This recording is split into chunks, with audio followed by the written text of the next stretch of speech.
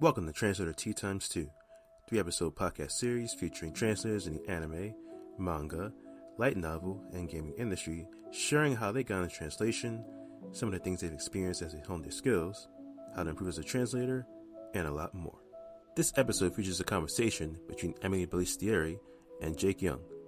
Some of Emily's credits include translating Carlo Zen's The Saga of Tanya the Evil, Kagane Maruyama's Overlord, Kohiro Tori's J.K. Horror is a Sex Worker in Another World, and the 2020 release of Eiko Kano's children's fantasy novel, Kiki's Delivery Service. While Jake has translated Release the Spice, Why the Hell Are You Here Teacher, the Assassin's Pride anime currently airing this fall season, and the Made in Abyss anime. He is also the manga adapter for the English manga version, released by 7 Seas. The two share how they got into translation, some of the first works they did, and various things they've learned as they continue to translate for a living, among their many topics. So without further ado, here's a conversation between Emily and Jake. Hi. Hey, nice to talk to you, Emily. Yes, nice to talk to you too, Jake. So, I guess, to start off, maybe we should both introduce ourselves and say what kind of translation we do. If you want to go first, go ahead. Sure, I'm Emily Balistrieri. I translate Japanese into English. I'm doing Kagane Maruyama's Overlord series, as well as Carlo Zen's The Saga of Tanya the Evil. I also do Kohiro Tori's J.K. Haru.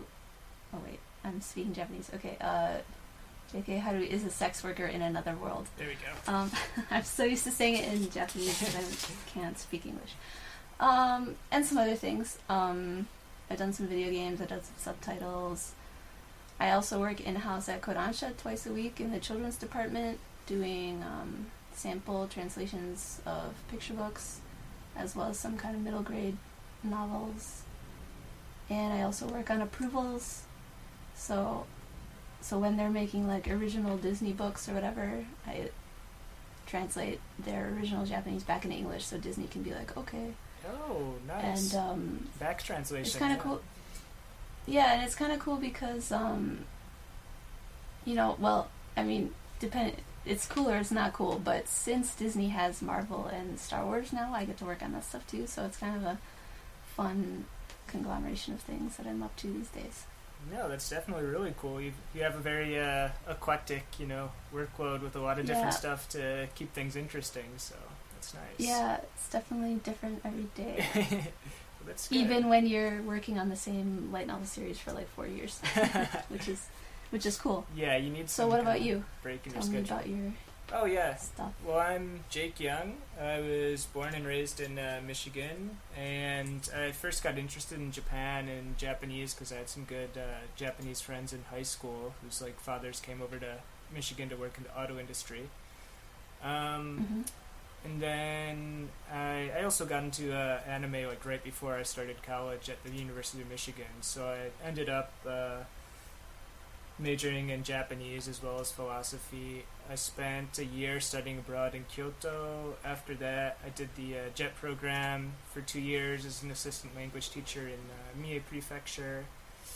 And then I got into translation after that. I actually started off with more business and finance and stuff, but then I've been doing mostly media translation for the last maybe 6 years, and then for the last 3 years, mostly anime and manga with Sentai Filmworks, and I've translated shows like Made in Abyss, Release the Spice, Why the Hell Are You Here Teacher, which is airing right now, Adam the Beginning, Flying Witch, and I'm also adapting the Made in Abyss manga for 7 Seas. Cool. And I was going to ask you about the adapting thing. Oh, because yeah. I translate the manga the manga based on the novels I translate, but I've never heard of the adapting role. So can you talk a little bit about what that entails? Oh, yeah, of course. Actually, I didn't know myself until I started doing it what exactly it entails.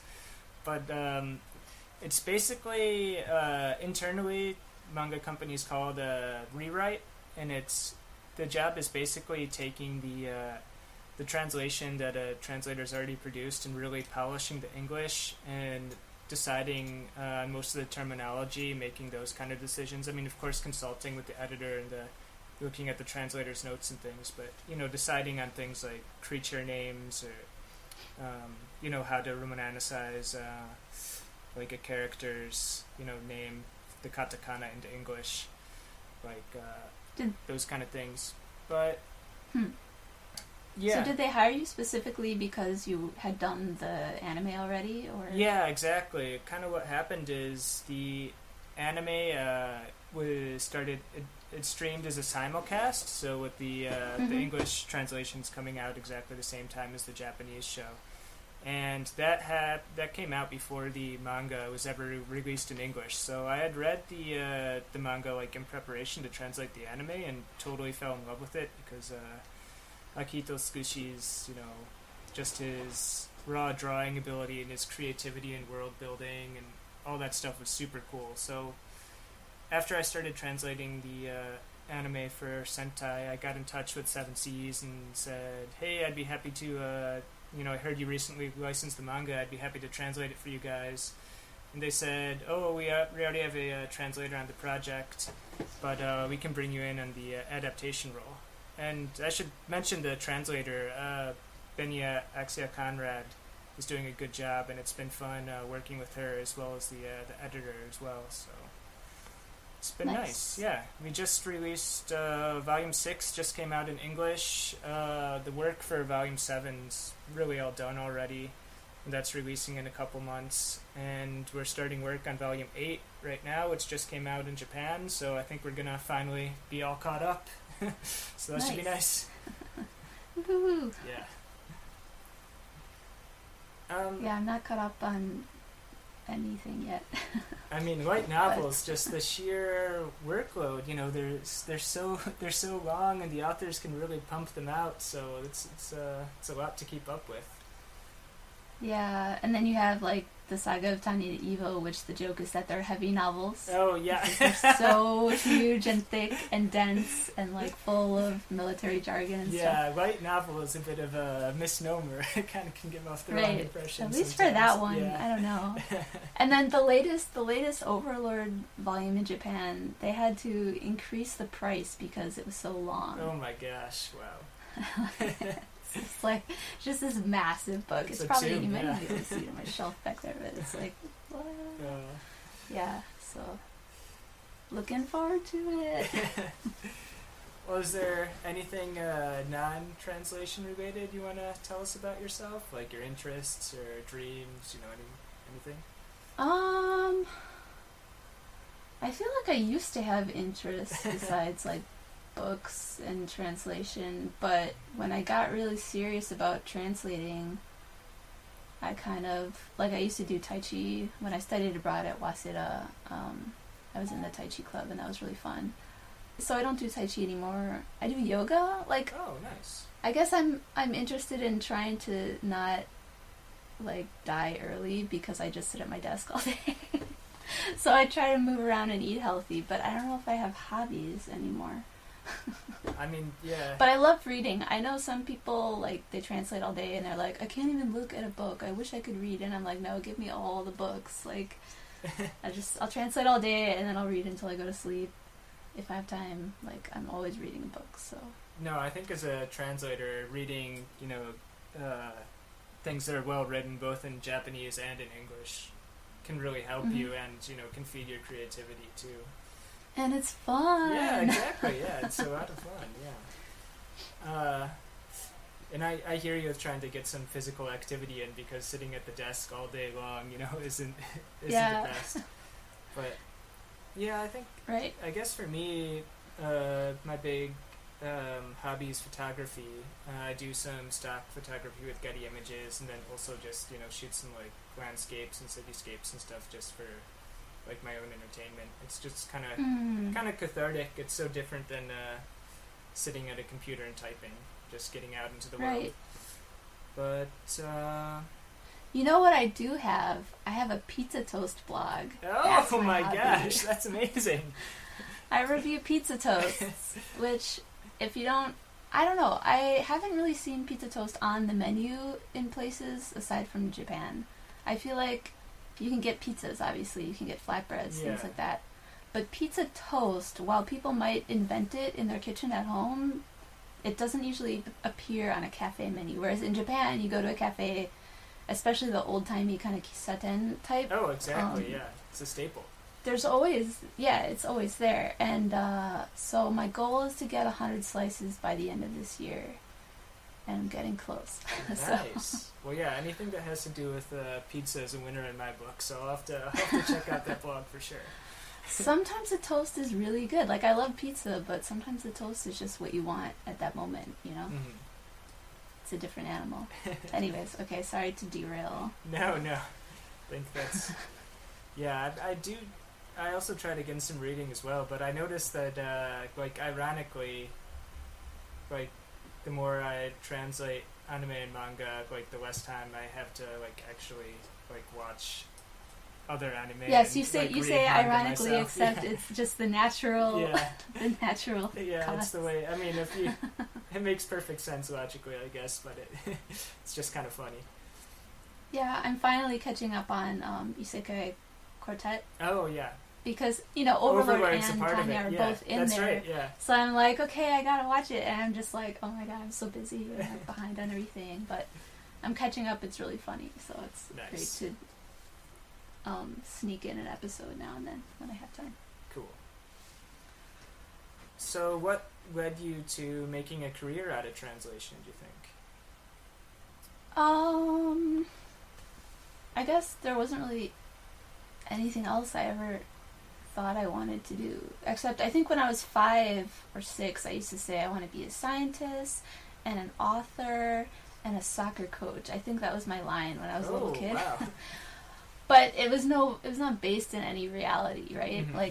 So I think the first job that I ever actually wanted to have was translation, just because languages are so fun and interesting to me, and if I get to get paid just for understanding another language and well, not just that, but you know what I mean. Yeah. Spend time with something you really enjoy all day, that's great. So my problem though was which language to do, because in high school I studied a lot of French. Mm-hmm.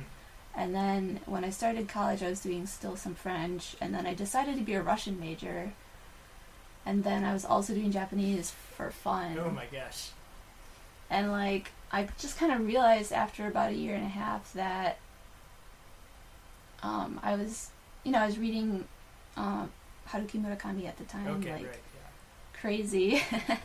This was over a decade ago, I don't know, but so I was reading a lot of Japanese books, I was reading manga, I was watching anime, everything I was doing was Japanese, so I was like, why am I devoting Russian, my life to Russian? I love Russian, and I'd really like to pick it back up if I have time, but I'd have to make time, and Japanese is kind of taking everything over. But so I think once I decided that, I really just focused, and there were some detours and things, but then it was just getting my Japanese level up to the right level, which is why I went to study at Waseda, because I didn't get to do a proper study abroad year while I was in college, so I had a revenge study abroad year when I was a little older. Nice. And it was great. It took me exactly from the level I was at to the level I needed to be at, and I read my first novel there because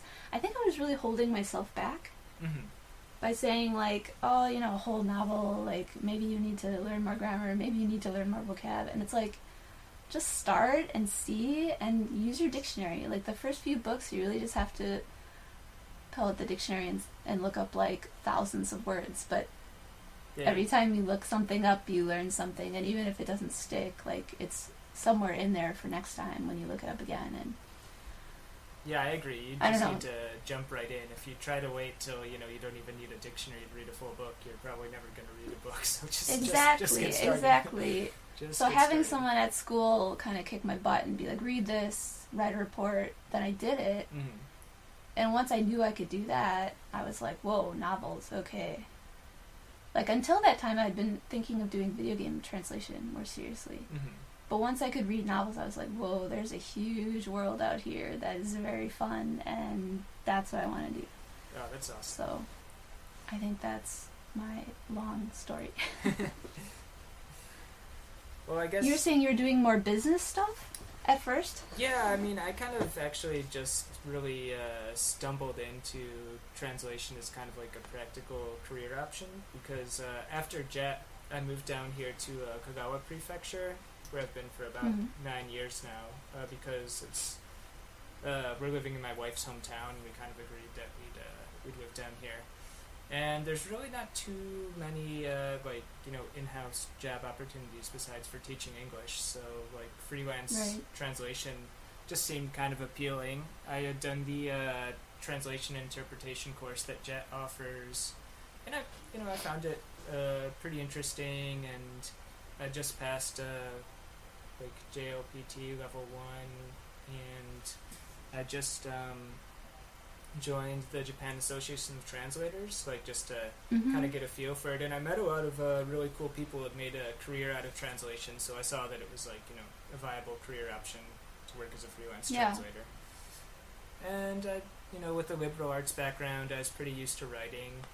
Thought I could be a decent writer, and have no problem spending all day sitting at my computer for the most part. So as long as I get out every now and then, so I think I was pretty suited for it. But yeah, I mean, when I first started out, being in the Japan Association of Translators, I had seen people doing kind of commercial translation, business and finance and IT. So that's kind of what I started off with, and then I slowly found some video game jobs through pros applying to video game agencies, and I translated big parts of a few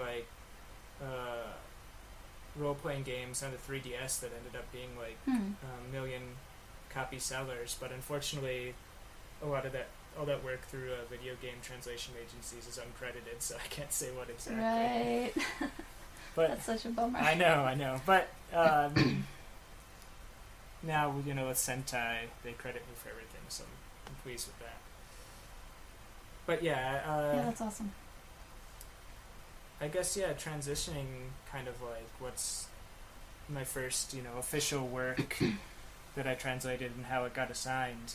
I think it was about 3 years ago that Sentai's director of translation found my info on, I think it was LinkedIn. I'd already listed a lot of that I had done a lot of video game translation, was familiar with translating dialogue and all that. So yeah, he liked my profile. He let me take the translation test or translation trial.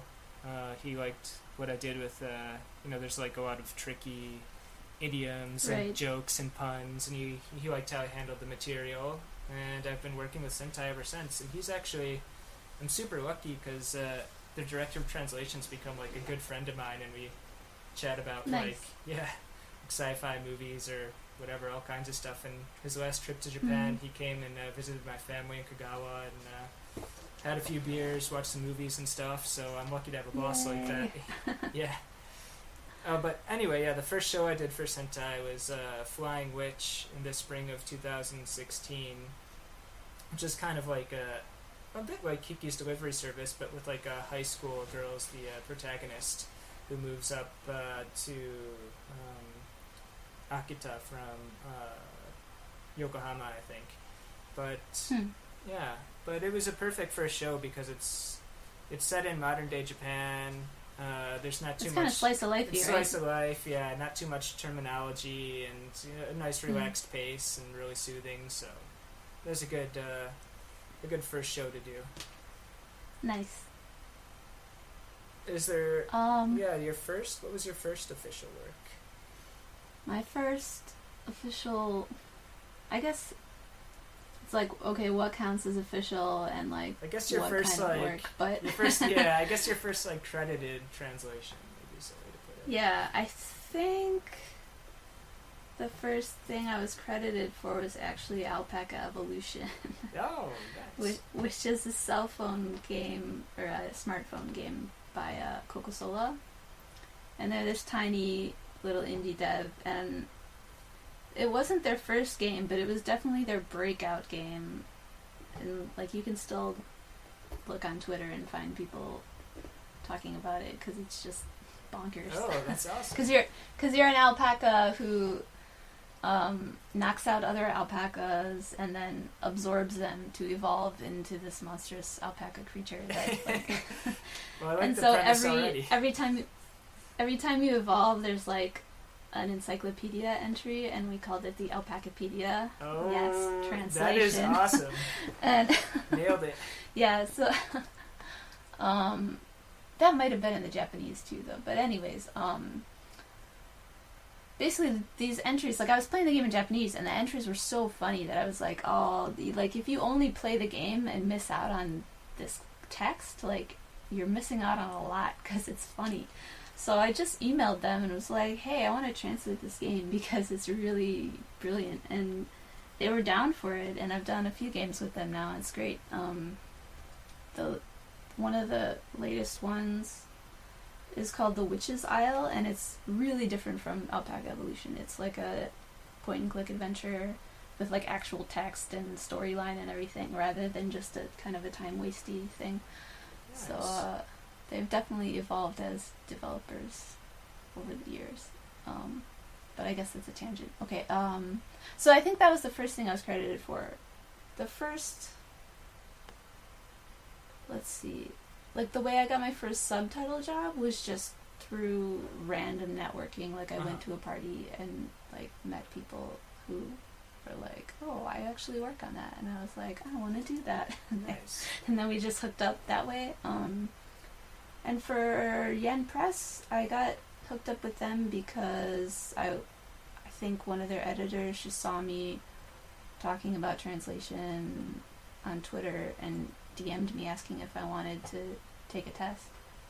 Like, I think we were already mutuals, and just it hadn't occurred to me to be like, hey, hire me. So, but so like you, I took their test and I did fine, and I actually thought that I failed completely, but then when I checked back, he's like, no, I got a project for you coming up, just hold on a little longer. Well, that's a pleasant and then surprise. the project Good. Then the project was Overlord, and I'm just like, Oh my wait, gosh. this is gigantic. Yeah. Like, for some reason I thought it would be like maybe one volume of like a one-off. Yeah, of something random to just thing. like, get your feet wet and see how it goes. But no, they Yeah, threw right? you right in the No, deep end it's right just away. like, yeah. But I think you brought up a couple of good points, like, reaching out to a video game developer like that, I think is actually a really good thing to do. I just, a couple weeks ago, was at Bit Summit, which is like an indie game festival in Kyoto, and there's a lot of like small developers that, are looking for people to translate their games into English, and if you show, interest in their game and have some knowledge of it, then they're already like predisposed to hire you to do the translation.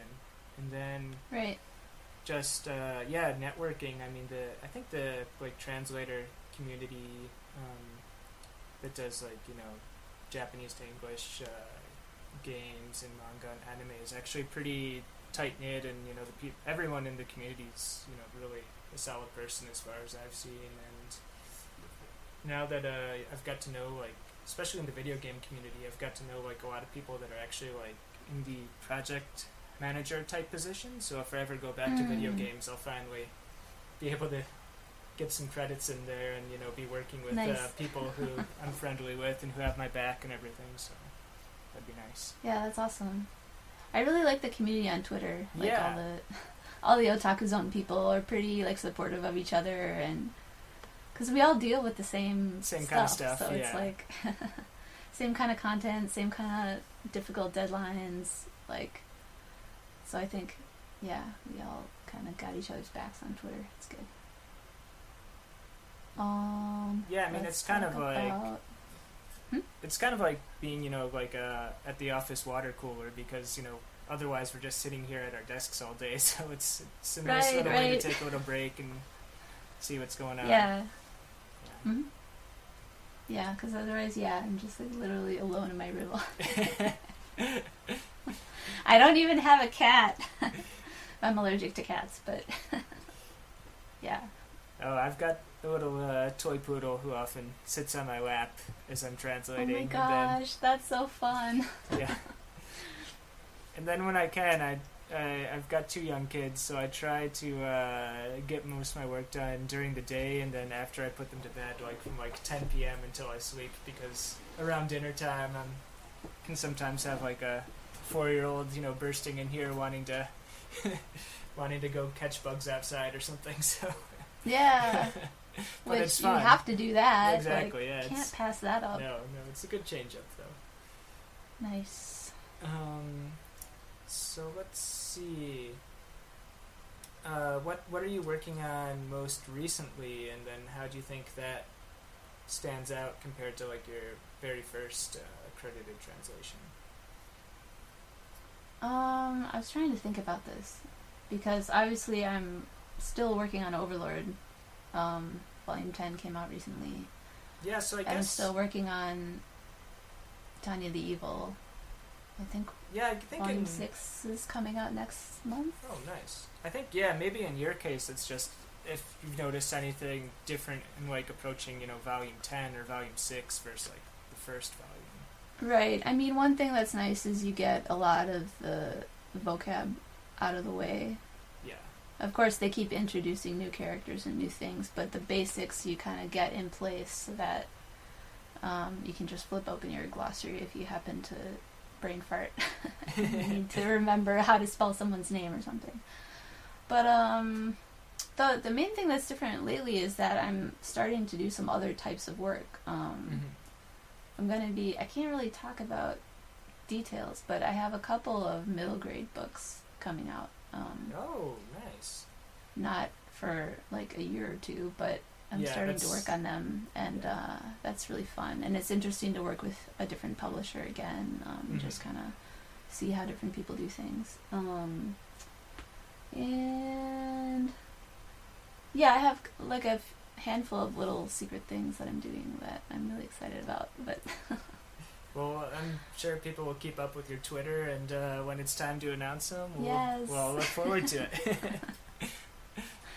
What about you? You're doing the weird teacher anime right now. Oh, right? yeah, it's called Why the Hell Are You Here, Teacher? The Japanese is Nande koku ni sensei ga. But it's like a trashy, ecchi anime, but as far as like for what it is, it's actually like top tier ecchi trash stuff. So that sounds fun. If you're into it, it's actually legitimately funny, and there's some chemistry between the characters, so if that thing's your cup of tea, it's worth checking out. But oh yeah, do you think kind of your career up to this point has prepared you for this ecchi trash? I think so. I'm actually they're probably for the best. They're uncredited, but I did a few actual like hentai titles for Sentai's sister label. What's it called? Soft Cell Pictures. Oh wow! So yeah. Nice. So you're ready. So I'm ready. But I think. One thing I was gonna say is this: the show has like a catchphrase, so it's kind of cheesy, but I wanted to try this. This is a podcast, no doubt about it. This is a podcast. So then, how come? Why the hell are you here, Jake? But, no, I guess like the thing is like they always get into these ridiculous situations, and it's why the hell are you here, Sensei? But yeah, I think compared to when I first started translating anime, kind of my goal has always been to shoot for a translation that's like what the creator would produce themselves if they were like totally bilingual in Japanese and English. Yeah. Which also means kind of the goal of giving, insofar as possible, English viewers the same viewing experience that Japanese viewers are getting. Yeah. And I think probably over the years I've gotten a bit better at avoiding every worditis and just making the dialogue sound natural and, reproducing the intent of the line, rather than, making sure I fit in exactly every word or whatever. Yep. So, and then also, I think just, pretty much everything in anime and manga is dialogue. I mean, there's some narration, but it's almost all dialogue. So I've gotten there's just so many set phrases in Japanese that I've translated like, you know, dozens of times now that I can now fall back on like a variety of different options that I've used in the past that I think that helps my translations probably go quicker and sound better and more natural. And there's still things that, like, you know, I keep a glossary of like this kind of stuff. I only started doing that like 6 months ago, but it's been a big help. And yeah, it sounds awesome. Sounds like something everyone should do. Yeah, no, I recommend it. But yeah, there's still things that I'm finding like a new like good option even like recently, like そんなことは言ったって like, you know, the real lame, you know, like standard by the dictionary definite you know, translation is even, or you may say that, but you know, or whatever, but I found that recently that's easy for you to say is like something that I don't think I ever used that like in my first 2 years of translating anime, but now it's one of the go-tos for it, so that kind of thing gets easier. I think learning to go further away from the source text is really important. And like exploring, like one good way to explore that is to read comparatively, like find a Japanese book and an English book that was translated by someone who you know does a good job, and just read to see what they did, because then you'll see like, oh, he changed this whole line around, he did this, he did that, or she put this over here instead of over there, or like, wow, this is kind of different. Like, you'll just see how far they go, and no one's pushing them out of a job because they weren't literal to the letter, right? So it's like you kind of just learn how to how much you can get away with, and how much you should get away with for it to sound like really good English. Yeah, I totally agree with that. Like, one of the ways I try to improve is by reading side by side a translation, the original, and then a translation by someone who I know to be like a really talented translator. One person's definitely Alexander O. Smith, you know, who did Vagrant Story and Final Fantasy 9 through 12, among other games. I mean, he's just such a talented writer, and he has a great command of Japanese, so looking at like his stuff has been very helpful. And then also Jeremy Blostein, who did Metal Gear Solid and Castlevania Symphony of the Night and Silent Hill 2 through 4. He's also really great. And I can't say what game it was, unfortunately, because we weren't credited, but I did a team translation with him, just the two of us, on a fighting game. He kind of he gave me some tough love, but some really good advice, and I think it helped me going forward. So that's awesome. It's so hard to get feedback as a translator sometimes.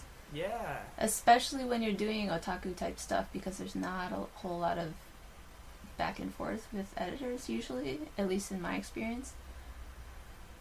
Yeah, no, I think that's the case. I'm lucky with Sentai that anytime I want to run something by the director of translation, like a terminology choice, or, you know, I just, you know, how do you think I handled this line or whatever, he's really responsive about you know, telling me what he thinks, and it's been really helpful. Cool.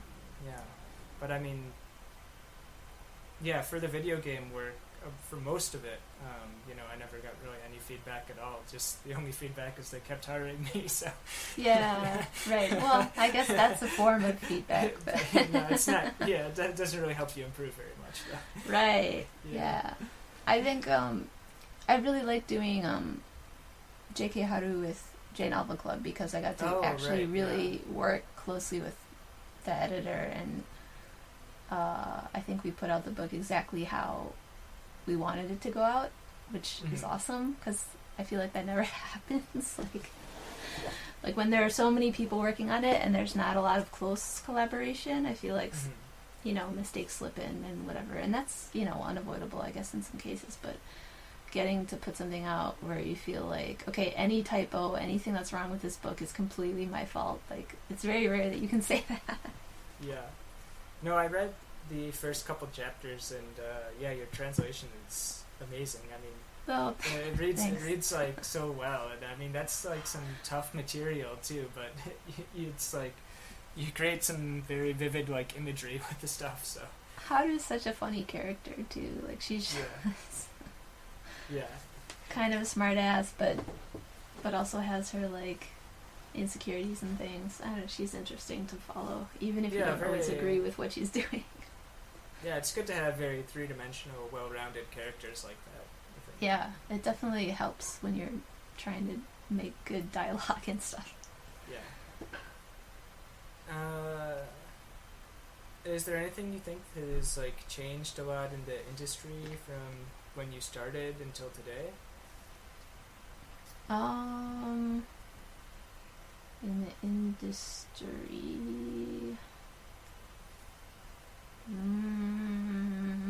Well, I guess I can jump in first. I think. Yeah. Yeah, I think for both anime and manga, it's just been more of a push to digital rather than physical. Like, Sentai started their high dive streaming service a couple years ago, and they also partnered with VRV to get all their shows on there. And then their most recent simulcasts are even on Crunchyroll. And I think Blu-ray sales are probably less big of a thing, but it's neat with anime that it's been for several years now that pretty much every single show is coming out, as a simulcast exactly when it comes, or an hour later after it comes out in Japan, which is pretty amazing.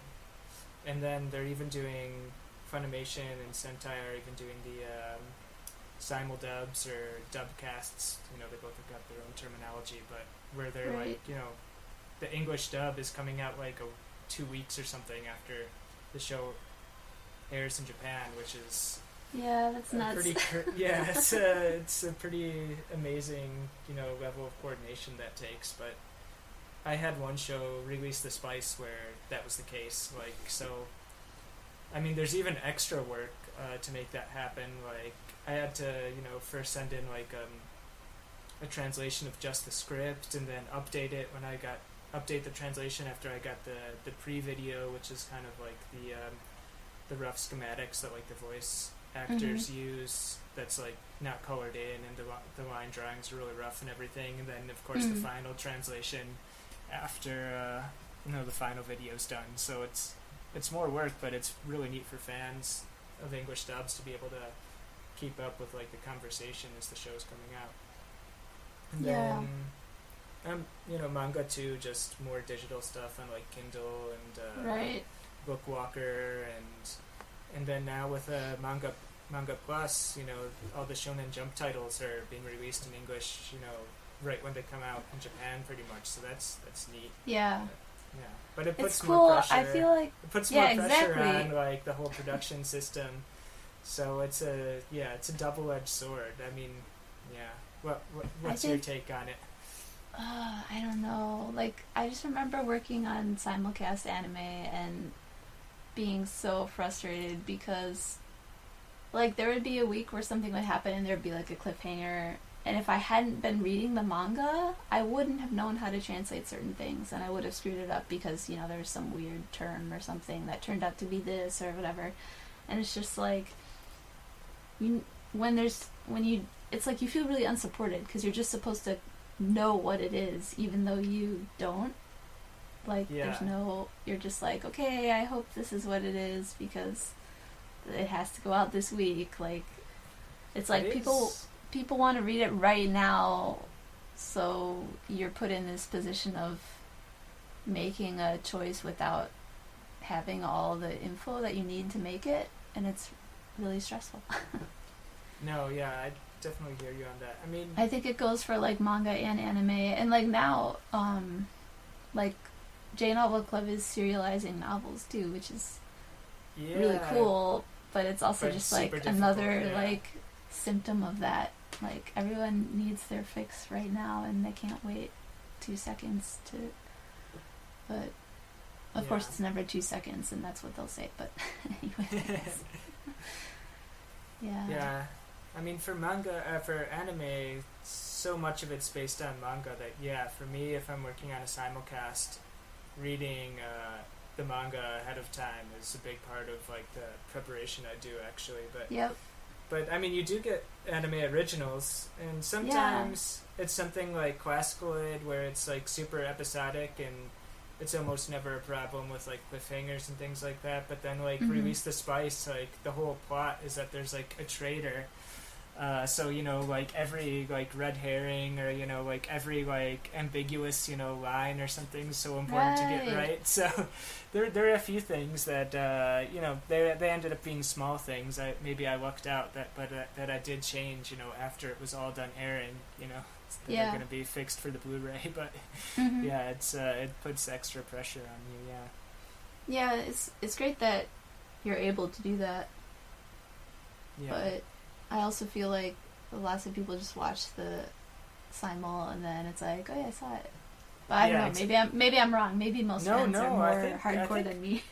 No, I think most people just watch the simulcast. But I mean, that's part of the double-edged sword thing, because if an actual company doesn't try to produce a translation right away, you're just going to have people fan sub it, and then Right. most people are going to watch the very first speed sub that comes out, which is almost for sure going to be lower quality than someone who's had the script for like a week ahead of time or 2 weeks ahead of time. So Right.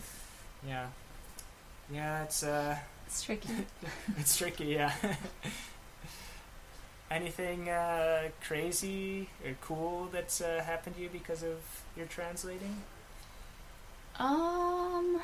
Something cool or crazy. I think I saw that I you guess. got to take a trip to Europe, or during a trip to Europe you got to give a talk or Right. something like that. So I guess that's pretty crazy. So this year I went to the Bologna Children's Books Festival in Italy with Kodansha to help sell books and promote books and things. It's really fun and a cool place to be. Yeah, that is neat. And but while I was there, I got a random email inviting me to Cardiff in Wales for a kind of workshop, and they wanted me to give a talk, and I'm like, wait a minute. Oh my gosh. A talk, like Yeah.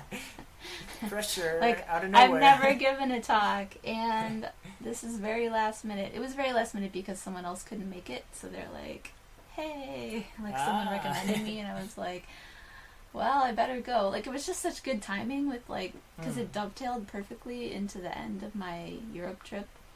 So basically I was supposed to go to Berlin and go on vacation, but instead I went to Berlin and worked and prepped for this talk. And but what's cool is that what we were doing was I was mentoring a couple translators, and there were 5 translators. Well, no, 5 mentors and probably 10 or so translators. And we were all editing vampire short stories for this anthology that's coming out probably later this year, I imagine. So that'll be something to look forward to. Yeah. So that was definitely like, I read the email and was like, whoa. So I guess that counts as crazy. How about you? I guess, this past February I got a chance. I translated both Made in Abyss compilation films, that like 2 films to cover the first season of the anime, and Sentai ended up giving both films like big red carpet premieres. But the first one, Journey's Dawn, had a premiere in LA in February, and I had no idea when I'd get the chance to work on translate a film that was going to have a premiere like that. So I got in touch with Sentai and said, hey, I'm thinking of taking a trip out to LA to see the premiere. Can you hook me up with some tickets, and can I maybe sit with the Sentai staff, or whatever. And that's how I was really, that would have been, if they just said, sure, you can, sit with Sentai staff, that would have been plenty enough for me. But they actually literally rolled out the red carpet and let me walk down the red carpet, which was kind of crazy. I never expected to do something totally like that. crazy. Yeah, so that was... Do translators ever do that? No, like, I don't... Yeah, it sounds awesome. That was an experience. I feel like I remember sure. seeing pictures from that. Yeah, I think on my Twitter there's... Yeah. I retweeted Go look at them. It looks so badass. It looks like... Yeah. But that was already neat enough. But then I got to go to the after party at the top floor of the Ritz-Carlton after, and Oh, sweet. talk with a lot of like cool people from the press and just Made in Abyss fans. And That's awesome. But yeah, the real treat was getting to talk with the creators of so the staff that worked on the show that came over from Japan for the premiere. So I got to talk to Masayuki Kojima for maybe 5 or so minutes, who directed Made in Abyss, and he's directed also other anime like Monster, and he's just a great director. He told me some stuff about the new film, which is going to come out next January, which is the continuation after season 1. So it's neat hearing a couple things about that. And then after kind of that after party wrapped up, I went drinking at like a separate location with Made in Abyss's music staff, the music producer Hiromitsu Iijima and Kevin Penkin, who's like become a real phenom in the anime and video game composing scene. He's so young and talented, and he's just a cool guy. So drinking with them for a while and chatting and stuff was like a dream come true, and not something I expected I'd ever get to do as the translator. So that was That's neat. awesome. Yeah. Oh, not to open a can of worms here, but I guess we have to get to how'd you handle criticism, whether it's from your peers or fans, people you're working with, or people who say they're fans and aren't really fans. Yeah. Okay. Handle. Honestly, like if you have like legit criticism that is like, this is wrong, then of course I'm gonna look at that and I'm gonna say, yes, that is not something I'm proud of. I'm gonna fix it next time, or whatever we can do. Like if you have something that's really like a real problem, but if it's your opinion and you just want to troll me, then I'm no. Like yeah. like there's one example. I talked about this. I got the chance to do an author-translator interview with Carlo Zen about Tiny the Evil recently. It's up on Anime News Network. And, oh yeah, I was just looking at that. That's a really neat piece by Kim Morsi, right? Yeah. It was really fun. And just like Zen's such a cool person. like he really knows a lot, and you can tell when you read his book because he just puts so many details in and things. But and there's definitely like, I remember seeing when the first volume came out, there were a couple references that I didn't get, and obviously I translated what was written there, so the fact that they could tell that there were references that I didn't get meant that the point got across. Right. But what I could have done is gone to that source and taken the words more accurately and twisted them the way they were twisted, so it could have been more precise. And when I saw that, I was like, oh no, because of course I want to get that reference. Like, I'm not happy that I didn't know that it existed. So, but luckily for the manga, I was able to fix it, so that was great. Stuff like that, like, I want to know. And like other times, like there's one, I'm just gonna say this, there's one Amazon review where like, I think it's the difference between like a magazine and a clip or something, like some really tiny gun detail, and I remember like poring over like different websites and like looking up gun stuff and being like, okay, which is right, because I don't just want to take the one that sounds the coolest, I want it to be right. And I remember spending so much time on that, and then the final book had the wrong thing, so someone somewhere thought it sounded cooler to put the other one, and then this Amazon reviewer latched on to that one point and he's like, blah blah blah blah blah, and I'm just like, no. So that's the other thing I think that's important when you're criticizing a translation, is to know that it's not just one person. It's the translator, the copy editor, the editor, there's different people involved too. So it's not always even the translator's choice in the very end what gets published. And it's also, I mean, latching on to like one, term and not looking at the big picture like that, you know, Right. depending on how you know, angry or like in depth you go in your criticism about one term. Sometimes I've seen it get out of hand. Yeah.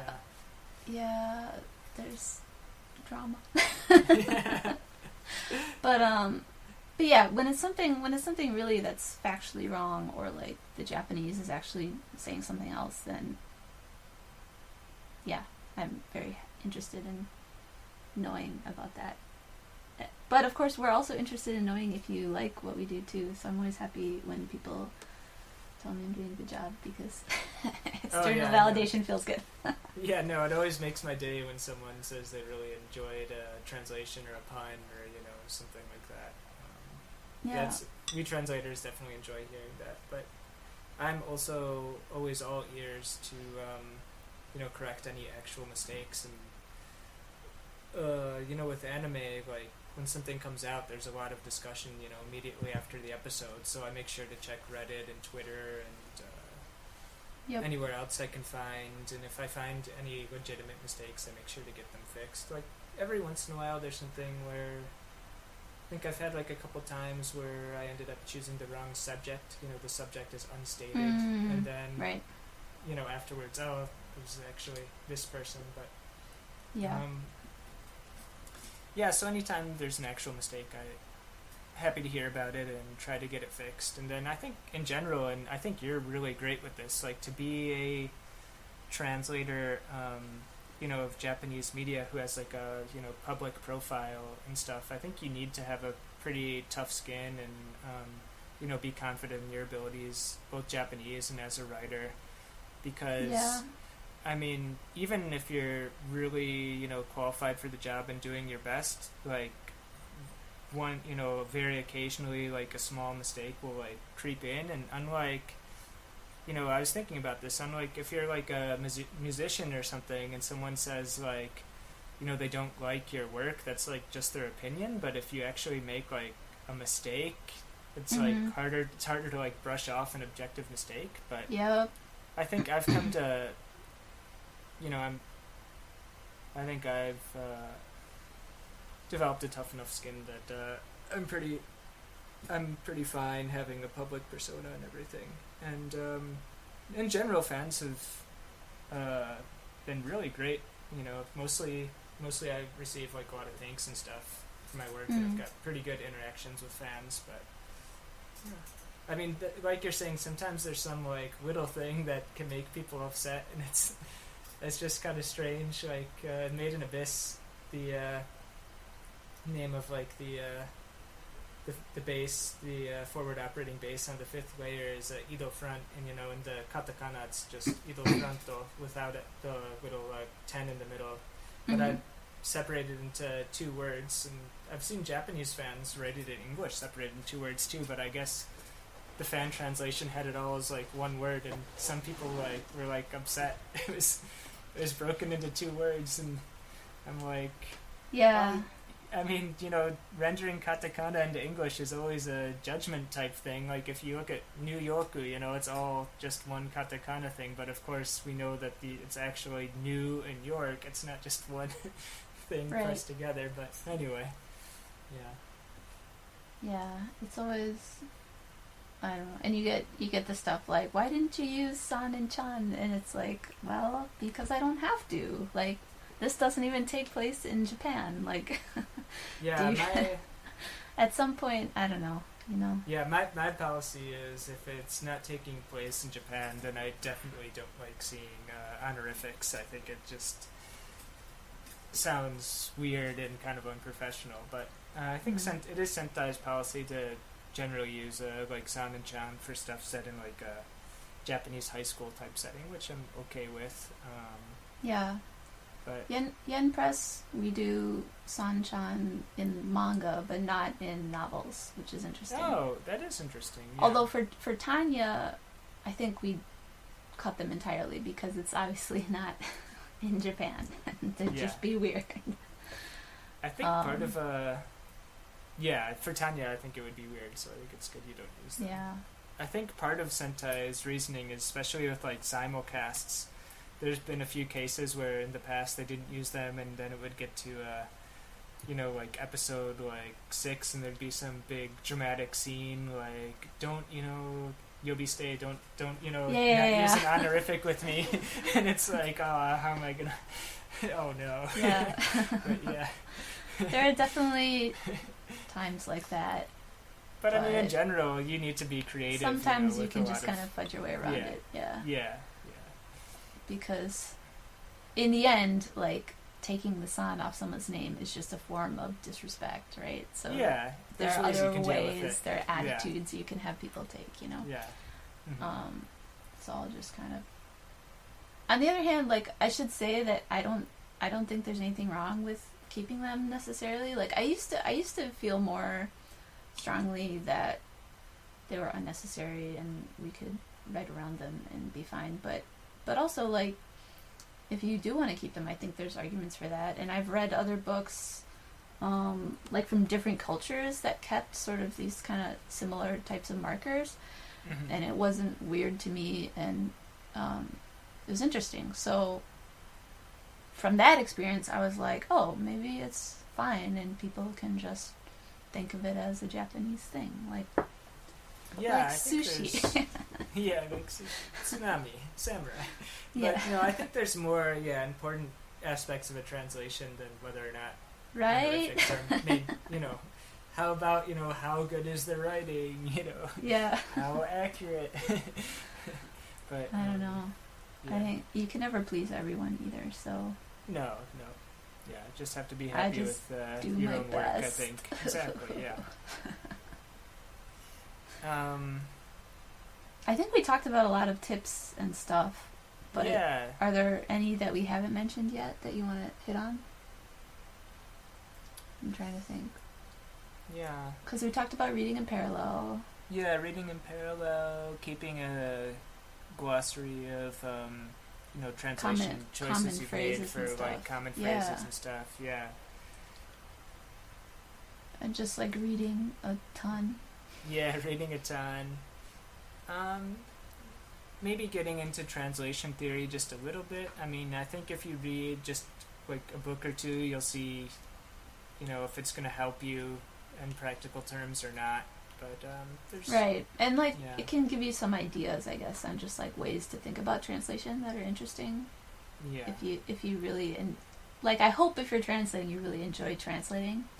Right. Like for me, just the act of doing the translation is really fun. Like not just the content, like the work of it is really fun. So if you really get into the work aspect of it, then theory will be like stimulating for your brain in that sense. Mm-hmm. There's something else I was going to mention. Also, just translating for fun or like practice or whatever is cool too. And not posting it on the internet because you don't have the rights. But like I have a couple entire books on my hard drive that I did just for kicks, and oh wow. And I mean, I'd like to pitch them around and get them published, but when I did them, I was just doing them because I thought it would be cool to do. But I think like translating lots of different authors, especially when you're doing these long series, you kind of do the same voice forever. Right. So, doing like even just little snippets of different types of work is a great way to just kind of exercise your powers. Level up. Nice. Mm-hmm. Well, do you have any advice for those interested in joining the industry?